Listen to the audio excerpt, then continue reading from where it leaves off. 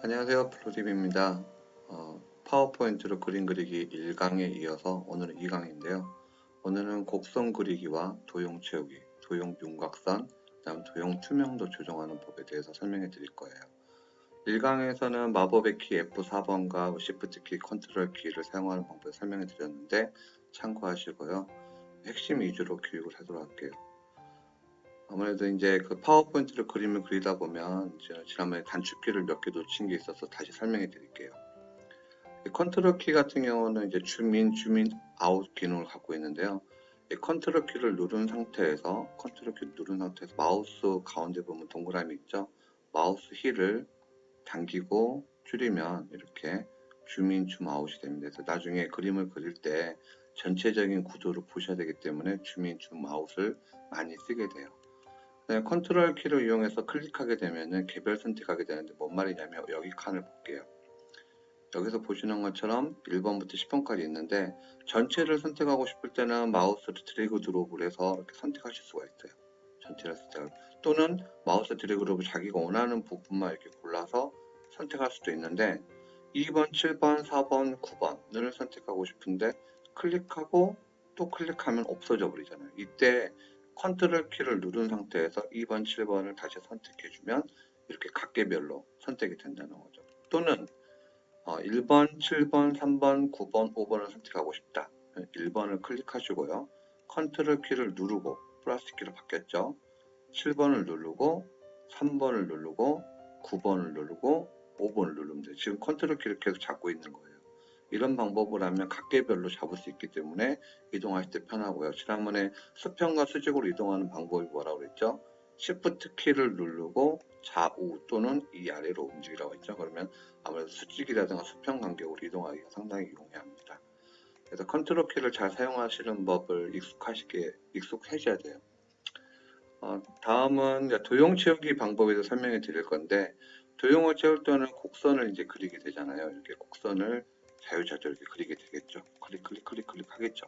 이렇게 클릭하는데 이 곡선을 하면서 안 만날 수가 있어요. 여기 학대를 보면은 안 만났죠. 또는 만났어요. 지금 예를 들면 설명해 드릴게요. 곡선을 그리고 있는데 이렇게 딱 맞으면은 색깔이 자동으로 파란색이 들어가요. 이건 기본 설정이 파란색밖에 없어요. 색깔을 바꾸고 싶은데 설정 기능이 없더라고요. 또는 여기서 만약에 마지막 끝이 만나지 않고 더블 클릭으로 끝나는 방법도 있어요. 지금 이 모습들처럼. 근데 이렇게 되면 뭔 차이가 있느냐? 어떤 그림을 그릴 때 색을 정확하게 끝까지 넣고 싶을 때는 이렇게 반드시 만나줘야 돼요. 또는 만나지 않더라도 근처에 가서 멈춰 있어야 돼요. 이렇게. 이 끝이 멈춰 있으면 색을 넣어 볼게요. 색을 넣었을 때 빨간색을 넣잖아요. 지금 여기다가 빨간색을 많이 넣잖아요. 이것도 빨간색을 넣을 거예요. 그러면 똑같이 선이 끝까지 만난 부분은 이쁘게 돼 있을 거고 안 만난 부분은 여기서 바로 직각으로 연결해 버린다는 거죠. 이것도 만약에 색깔을 넣어보면 좀 더 빨간색을 넣을게요. 이렇게 되면 저는 끝까지 가고 싶은데 끝까지 가지 않고 여기서 멈춰 버린다는 거죠.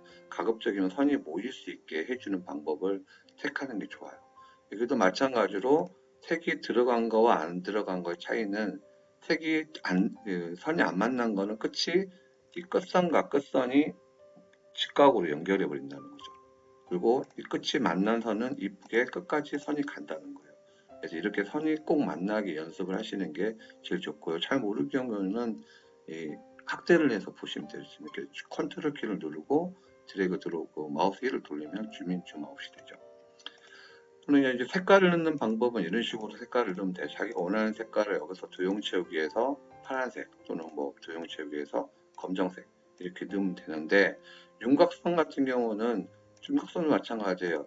이 빨간색 바탕에 검정색 윤곽선을 넣고 싶다면 도형 윤곽선을 눌러서 색깔을 골라서 넣으시면 돼요. 이렇게 도형 윤곽선에서 파란색 이렇게 넣으시면 돼요. 윤곽선을 만약 두껍게 해주고 싶다. 도형 윤곽선을 누르고 두께를 누르고 가장 두꺼운 선을 누르면 이렇게 색깔이 바뀌고요. 두께도 바뀌죠. 또는 이 도형 윤곽선을 한 상태에서 이 실선 말고 다른 대시선을 하고 싶다. 그러면 실선부터 뭐 점선과 다 있는데 그때그때 맞춰서 이렇게 사용하실 수가 있다는 거죠. 그래서 색깔을 넣고 또는 선을 조정하는 방법에 대해서 좀 공부를 하셔야 돼요. 윤곽선을 이제 쓰는 방법과 안 쓰는 차이인데 왼쪽과 오른쪽에 사각을 그려놨어요. 근데 여기 보시면은 사각 같은 경우는 이 아무래도 이렇게 꽁지라고 그러나요? 꽁지 부분과 외곽선이 사각 본체 부분은 윤곽선이 들어가는 게 맞는데 이렇게 만약에 그 그림자가 주시는 홈이라든가 반사광이 윤곽선이 들어가면 안 이뻐요. 지금 보시는 것처럼 왼쪽은 윤곽선 다 놓고요. 오른쪽 같은 경우는 꽁지와 이 사각 몸체에만 윤곽선을 넣고 그림자 부분에는 윤곽선 넣지 않았어요. 윤곽선을 넣지 않는 방법은 도형을 선택하시고 도형 윤곽선 없음 이걸 누르시면은 색깔이 들어가지 않는 방법으로 들어간다는 거죠. 쉽죠? 그래서 이거 꼭 복습을 하셔야 돼요. 그래서 저 같은 경우는 윤곽선을 많이 넣지 않고 작업을 해요. 왜냐하면 나중에 그림을 그렸을 때 선이 많으면 그만큼 되게 지저분해 보이거든요. 다음은요. 도형 윤곽선인데 아까 설명해 드렸죠. 도형 윤곽선은 여러 가지 두꺼운 선이 있어요. 여기 보시면은 도형 윤곽선을 눌러보시면 두께의 4분의 1pt부터 6pt까지 있죠. 제가 여러분들 보시기 쉽게 미리 해놨어요. 이 두께 조정하는데 사실상 그 파워포인트를 그림을 그릴 때는 여기 4분의 1톤은 안 쓰고 지금 제가 빨간색 표시해 놓은 두께 1과 2분의 1pt, 두께 2분의 1pt, 두께 3pt, 두께 1pt 이렇게 네 가지를 많이 써요. 물론 상황마다 조정해서 쓸 수도 있어요. 그림의 크기라든가 모양을 봤을 때. 근데 이게 왜 중요하냐면 도형 윤곽선을 그릴 때 너무 외곽선이 가늘면요 이렇게 형태가 잘 안 보여요. 그래서 마지막 뭐 윤곽선을 때 사과의 몸체 같은 경우는 이렇게 좀 두꺼운 선을 줘야 이게 몸체고 이게 강이고 이게 그림자다 이렇게 볼 수가 있다는 거죠. 어제 시간에 배웠던 이 서식 복사에 대해 좀 배워볼까요? 어제 빗자루 모양 왼쪽 상단에 있는 빗자루 모양 봤죠? 이 빗자루 모양 서식 복사 방법을 했고 연속 복사 방법 이거 진짜 많이 쓰기 때문에 제가 강조를 하는 거예요. 서식 복사만 다시 복습을 하면요. 어떤 색깔을 넣고 싶은데 빨간색을 넣었다. 그러면 이거를 클릭하고 빗자를 클릭하고 다음 도형에 클릭하면 자동으로 복사가 돼요. 만약에 첫 번째 게 도형 윤곽선을 제가 검정색 바탕으로 두께를 6pt를 줬다. 지금 두껍게 빨간색이 됐죠. 마찬가지 클릭하고 원본을 클릭하고 4번에다가 복사를 하면 이렇게 복사가 되죠. 다음부터는 똑같은 동작을 하기 때문에 F4번 클릭하고 F4번 클릭하고 F4번 클릭하고 F4번 이거 되게 연습을 많이 하셔야 돼요. 그래서 빗자루와 F4번은 정말 많이 쓰는 것 중에 하나다라고 기억하시면 되겠습니다. 다음인데요. 이 투명도에 대해서 좀 이해를 하셔야 돼요. 제가 미리 지금 빨간색을 투명도 0%부터 투명도 95% 그려놨는데 색깔이 그냥 은은하게 무지갯빛처럼 삐져나가는 거죠. 근데 이게 그냥 색깔만 빠져나가면 중요하지 않아요. 근데 이거를 투명이 빠진 상태에서 이 노란색 바탕에 넣었을 때 어떤 모습이 보이는지 한번 볼게요. 자, 보세요. 똑같은 빨간색으로 투명도만 조정했을 뿐인데 이 투명도를 조정하게 되면 아래에 있는 노란색이 같이 스며들어서 보인다는 거죠. 이 기능이 엄청나요. 그래서 이게 본인이 표현하지 못하는 중복된 색깔들을 나타낼 수 있다는 거. 이게 되게 좋고요. 또 하나, 만약에 노란색이 있고 밑에 또 파란색으로 음영이 되고 투명이 돼 있잖아요. 0에서 95%까지. 여기서 중복을 한번 해볼까요? 그러면은 또 다른 색이 나오죠. 이렇게 되면은 빨간색과 파란색이 모이는 보라색 빛깔을 나타낸다는 거죠. 이것들을 응용해서 보게 되면 만약에 20%의 빨간색을 이 선에다 집어넣고 빗자루를 쓰고 있어요.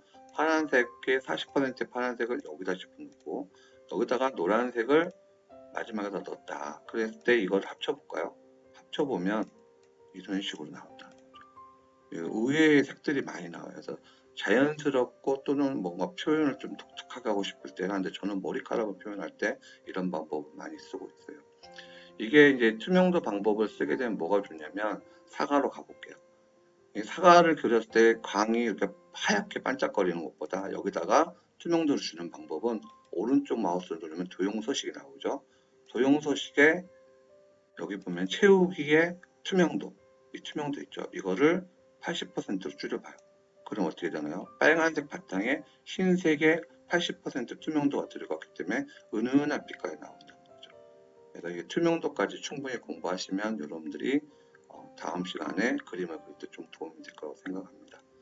감사합니다. 구독과 좋아요 꼭 눌러주세요.